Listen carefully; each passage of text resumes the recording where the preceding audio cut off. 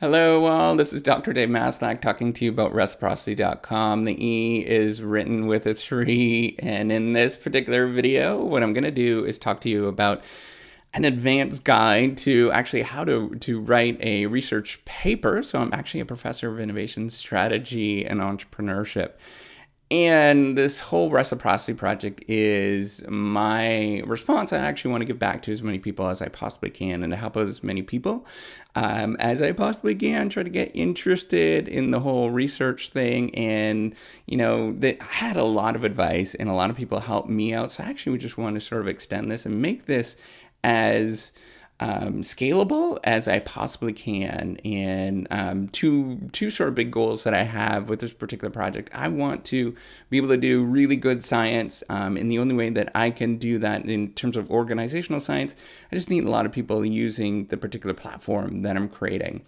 The other thing is I want to be able to give back to graduate students, particularly in the social sciences, by creating this particular platform.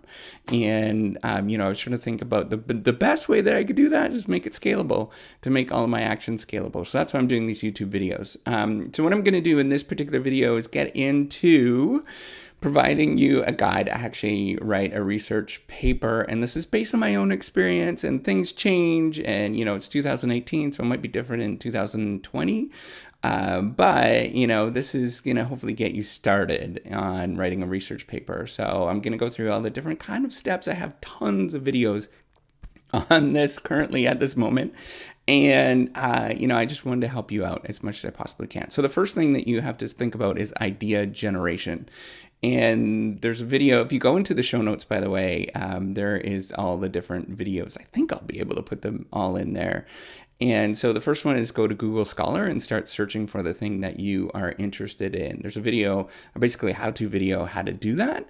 And then there is a guide, a sort of simple trick of actually how to actually find your research niche in the articles that you're reading. So you're probably going to have to read a substantial amount of articles before you find something that's interesting. Substantial would probably be, anywhere in graduate school, you're looking at probably 100 articles to find something that is interesting that you are going to like, and then you sort of refine much more closer after that on the ones that you really truly like, and you can kind of gravitate towards the things that you really like, and only you know how to do that.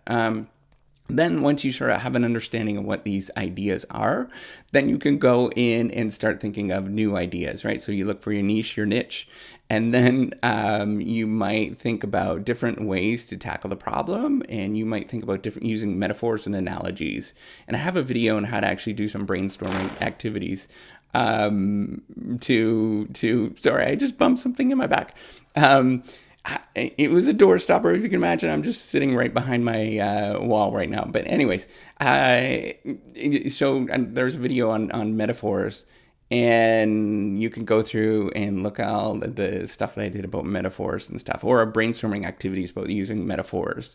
The second thing that you should do is getting the idea down as much as you possibly can.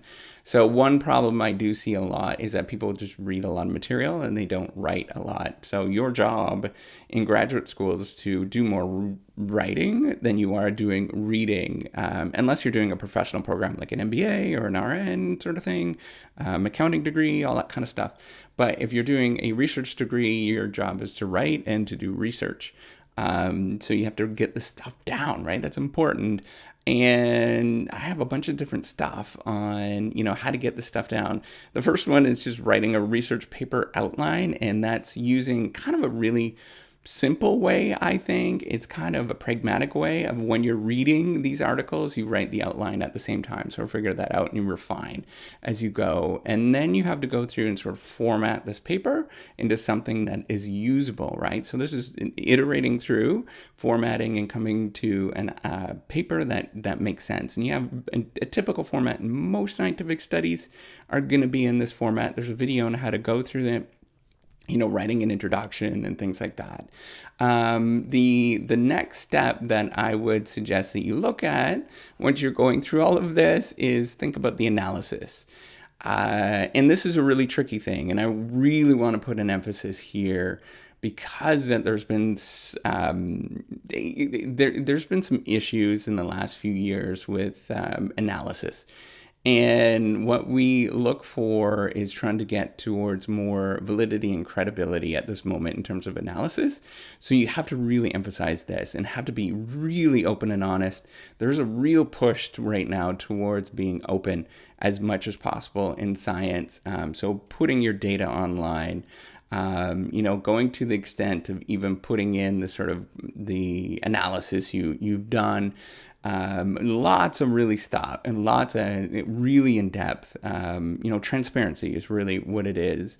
And one of them is you can do transparency in terms of pre-registering if you're doing experiments, this works pretty good. And, probably going forward, I'm going to pre-register my experiments. If I do any experiments, I don't know how many I'm going to do, but it really makes things simple and sort of rules out some of the issues by just pre-registering.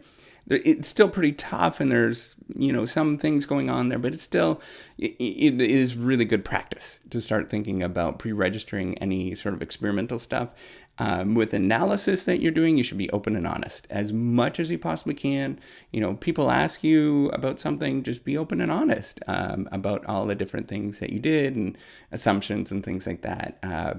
That's going to be the best possible way to navigate some of these issues with the analysis. And I would just, leave it at that. You can go in and think about the different ways that you can do analysis as well. I do have some videos on thinking about that in terms of, first visioning what you'd expect to see, and then iterating through of like, okay, now I do the analysis. I didn't get what I expected. What do I do now in terms of going through and making sense of what's going on?